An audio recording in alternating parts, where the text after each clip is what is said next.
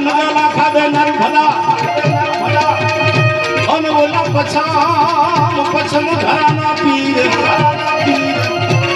આયા અમાર બાવળિયાળી એટલે સામજી ભગતની હાજરી છે રોહિશાળાથી અમારા રાજબાપુ છે એટલે મને દોહો યાદ આવ્યો કે નગા લાખા બે નર ભલા પછમ ધરાના પીર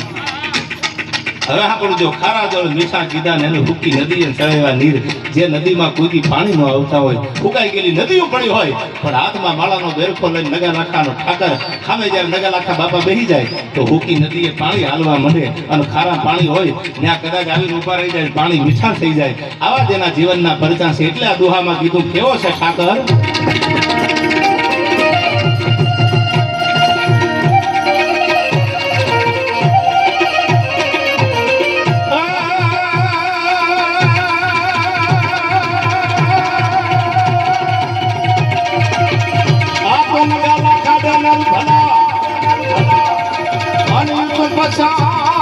પછમ ધરાના પીર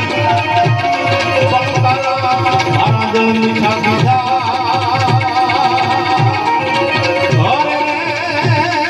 સુખી નદીએ